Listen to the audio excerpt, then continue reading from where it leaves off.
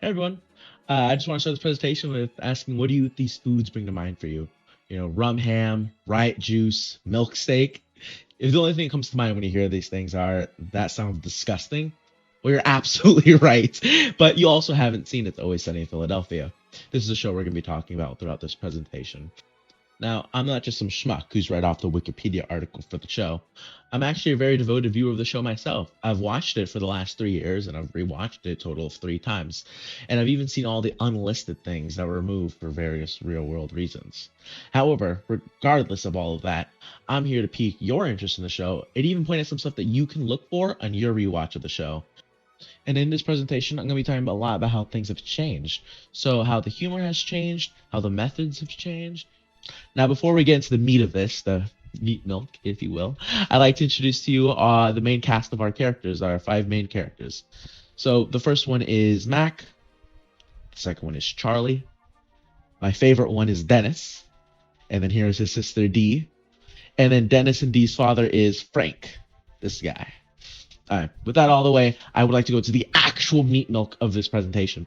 So the first thing I'd like to talk about is this thing of rapid evolution. It's just a period of time where a lot of things change really, really quickly. So starting in season 3, and this ripples outwards, we see their style of humor start to shift. Their initial style of humor was paraprosdokian humor. This was like the whole thing of It's Always Sunny from seasons 1 through 3. And I have a clip of that right here. You guys are being babies. Oh, we're being babies, Mac? Why don't you go work for your dad all day? My dad's a meth dealer. Oh no! My daddy's in prison! You really leaving? Yes. Later, bitches. Yeah, have a good life now.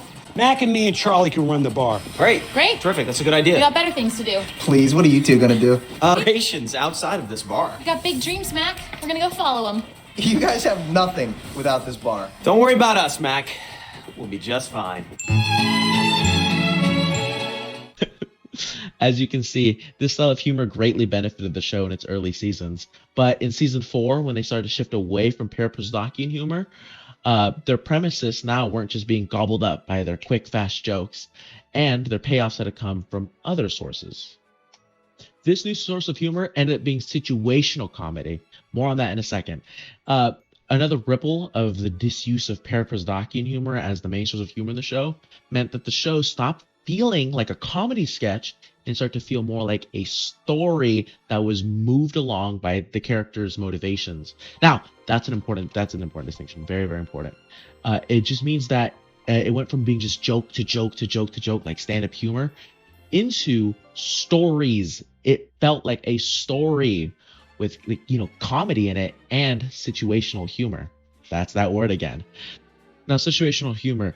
In the show, the situational humor, again, is driven by the character motivations, like I stated. Sometimes the character's motivations for being somewhere or doing something are just like selfish or ridiculous. That's where the comedy comes from. But in case you don't understand me still, here's a clip to better explain what I mean. He's wearing those goddamn big hands over his hands. I don't know what that is. What is that? I don't know what it is. You'll be dealing with me today. Jack Kelly, lawyer. Good to see you again. Are those fake hands? No? But are those fake hands? You know what? Good luck. Did you see his hands? They're beautiful. I think we should settle. Defendants? Your Honor, and if I may, Charlie Kelly, co-counsel, background in bird law. Nephew. Yeah, but excited to be in the people's court and a big fan of black judges, too. Stop touching me. Okay. I'll keep it brief. I just have 3 things to say.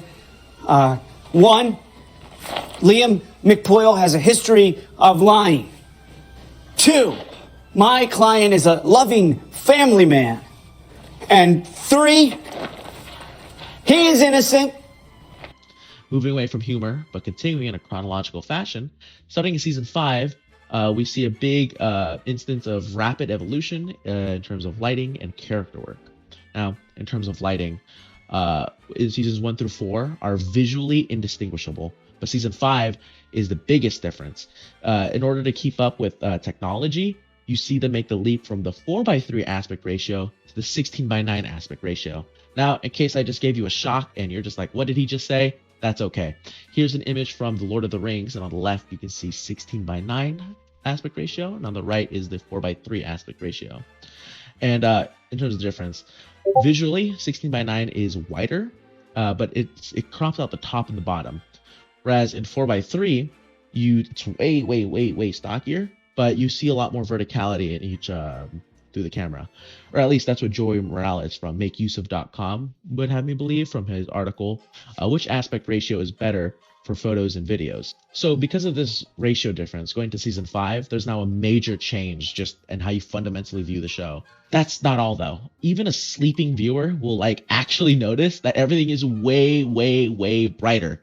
Like I mean, here's an example. I mean, in season 1, here's the pub during the day versus in season 5, the pub during the day as well. However, in the light of being a fair and balanced presenter, I would say they did do some good changes in terms of lighting and just like color. Like moving from seasons 1 through 4, everything was kind of cold, dusty, damp. However, they changed the color palette to be a little bit warmer. It seems like everything feels nicer, or to maybe more vibrant colors now going from 5 and onward. Once again, switching gears, character development. So in terms of nailing down a time frame of when all this character development really happened, season 2, I think, is where things start to really ramp up in terms of characterizations. So Dee, the sister of Dennis, she stops being like a wet blanket. This is no mistake, however. She, the real life actor for Dee, Caitlin Olsen, asked her co-writers to stop writing her that way, to just write her as one of the boys. And I mean, here's the quote. This is taken, by the way, from a Yahoo interview called 9 Sunny Revelations with Caitlin Olsen. But yeah, but she's just a recurring character who has been recharacterized. But the biggest one who was introduced this season is Frank Reynolds, played by Danny DeVito. Now, I know a lot of people know Danny DeVito. He's become a bit of a meme icon. He's a big guy in the show.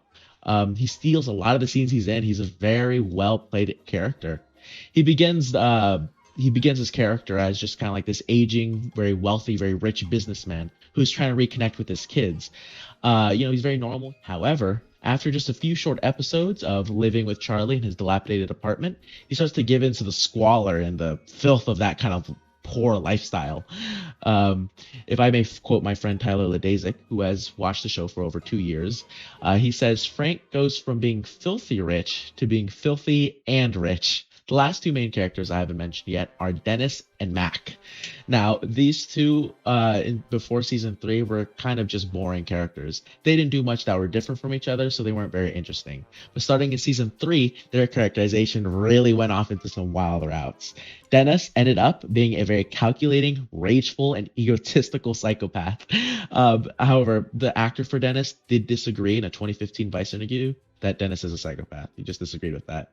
And Mac went out to kind of become a self-proclaimed martial artist expert, which he's not. And he becomes very dependent and reliant on Dennis for validation and friendship. And in my opinion, the best scenes in the show come when these two come together. They're very funny. I mean, just watch this. With you anymore in this goddamn place? I'm out of here. I'm gonna go stay in a hotel. Where's my suitcase, Mac? Wait, Dennis, hold on.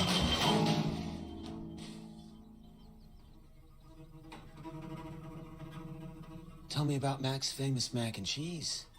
Okay, I can explain. I called it my famous mac and cheese as a joke, but then it seemed like you liked it. You liked that it was Mac's famous mac and cheese, and so I just kept saying it. You're pathetic. Well, that must be nosy, Wally. Coming to see what all the fighting's about. Well, why don't we show him what all the fighting's about? Why don't we show him right now? All right, Dennis, calm down. Don't you tell me to calm down.